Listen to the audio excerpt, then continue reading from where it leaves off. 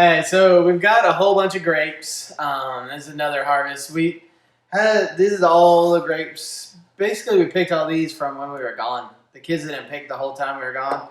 So we have a bunch of them. It's about, I think, like 5 to 6 pounds. I'll have to weigh it here in a minute. But we're going to make wine out of it. I love muscadine wine. It's not your fine wine, but it's a good country wine, right? But just wanted to talk to you a little bit about fermenting things. So this book, can you see it there? The Art of Fermentation by Sandor Katz is probably the best book about fermentation that you can imagine. So he has, are you going to eat some grapes? So he has chapters on every kind of fermentation you can imagine, like fermenting vegetables, fermenting milk, fermenting grapes, what to do when mold shows up, fermenting seeds and beans, fermenting meat, fish, and eggs. Ugh, I haven't gotten that brave with my fermenting yet. But I've read this book a lot of times, gone through it, each little section like he has. So fermenting wine from grapes. So you turn to page 82 in the book. And it's really a fun read because, I mean, if you're into fermenting, that is, you can see here, there's like this whole section on all the different things that you can use to ferment. And then he gives like a story about how he learned about grape fermenting. He like went to Italy and, spent some time with some guys fermenting grapes and learned their fermentation. And he's really big in like using yeast from nature, from the wild. So that's kind of fermentation we're going to be doing too. It's called wild fermentation, which basically means we're going to crush up the grapes. The grapes have yeast on them already. So we're just going to give a little extra sugar to the liquid after we crush them all up and let them ferment on their own from their own yeast. And it's the reason people don't do it is because you can't control the flavor as much. You can't control the process as much. But you get a lot more benefits when you let nature make the yeast for you. And it's fun because it kind of turns out a little bit different every time. So you get a different flavor, a different taste. And all right, well, I better hurry up and make this before my grape eater eats all my grapes for the wine. All right, I'll make it. Okay. So what we're going to do is we're going to pour some of these in here. I'm going to try it this way first. So you don't even need to worry about taking the stems off. The stems of grapes actually add tannins, which adds flavor to wine. And then we're just going to crush them up. And I think I might know a guy that really would like to do this. You want to do it? So that's it. You're going to crush a little bit at a time. We're going to pour them into this carboy over here. This is a glass 1 gallon carboy. I got it for doing small batches like this so you don't have to do a whole ton at a time, because if it doesn't turn out good, you wasted a lot of time and resources, right? So it's always good to do like an experimental batch like this. So we're going to do this for a while and show you what we do afterwards.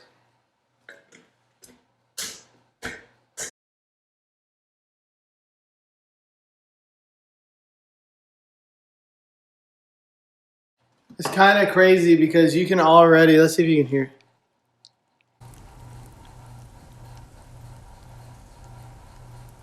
If you're real quiet, you can already hear the yeast coming off the grapes and fermenting. Okay, so that's all the mashed up. So that's 4.58 pounds of grapes. So now we're going to mix up a sugar solution, pour that in there. I actually might do honey. So about a tablespoon of honey will be enough for this, and then the rest will just be filtered water that will get out of our water filter. And then you just let it float, and that's it. And then we need some like bubble. We're gonna make one. So if you're gonna do honey, you want to make sure that you have a raw honey.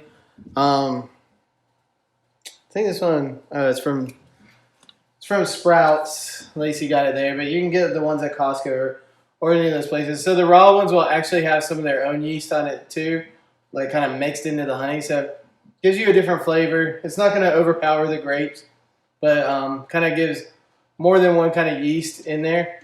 And I'm just going to do 3 tablespoons of honey in like probably 2 or 3 cups of water. It doesn't have to be exact. You just want some hot water that you can use to get the honey diluted so that you can pour it in here. And then the rest is just filtered water. And then we have to put that lid on that lid.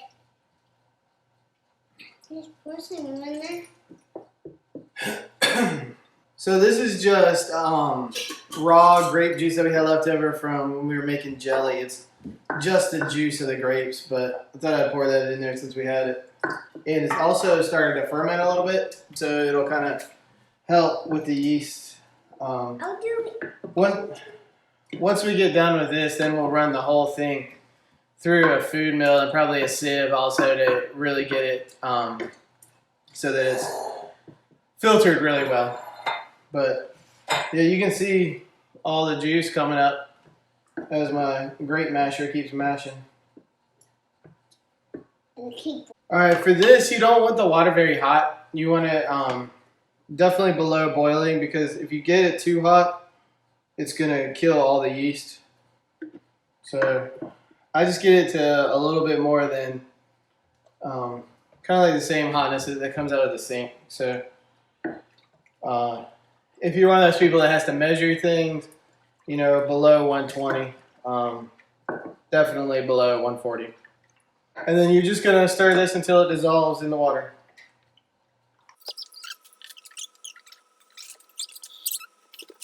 Okay, so next step is just getting water out of the filter. So I got a filter right over there. I'm going to get that water and put it in here. So if you're using water from the city, you can't, basically. City water has way too much chlorine and ammonium and chloroammonium and other nasties in it. So you definitely need a filtered water if you're doing city water. If you're on a well, you can use the water right out of a well. Or, you know, we filter ours through a Berkey just because I like to know all the little extra minerals and stuff are out of it. But it's still good, healthy water. So in the city, or if you want to on well, use distilled water or filtered water. That'll make a big difference. You don't want anything in there that's going to kill all the bacteria or yeast in the grapes.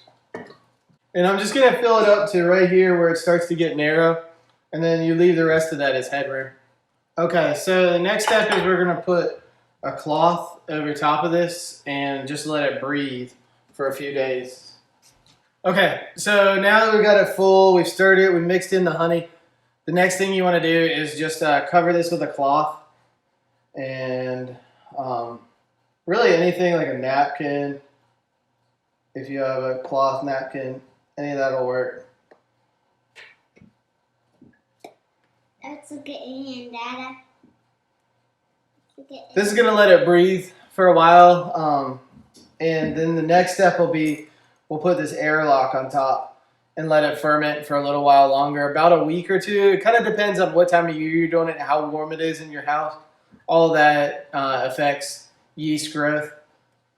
So if you haven't seen these airlocks before, you can actually get these like on Amazon or on the internet, probably fermenting stores too. But it's a jar lid. So if you had like a little bit of grapes and you just said, hey, I just want to try, like, you know, once I want to try to make some wine, but I only have, you know, a few grapes, you could do it on this, in this size jar, and just fill it up like halfway with grapes, and then the rest with water and a little bit of honey, and put an airlock like this on it, and it do the same thing. You just have a tiny bit. But it's fun to ferment things. I actually just ordered like a kit of these because, I mean, you've seen we ferment a lot, so it's cool to have those. Then the next step is kind of doing something like this if you wanted to. But yeah, all right, so that's it. We'll check back with you in a couple of weeks and show you how the wine's been progressing.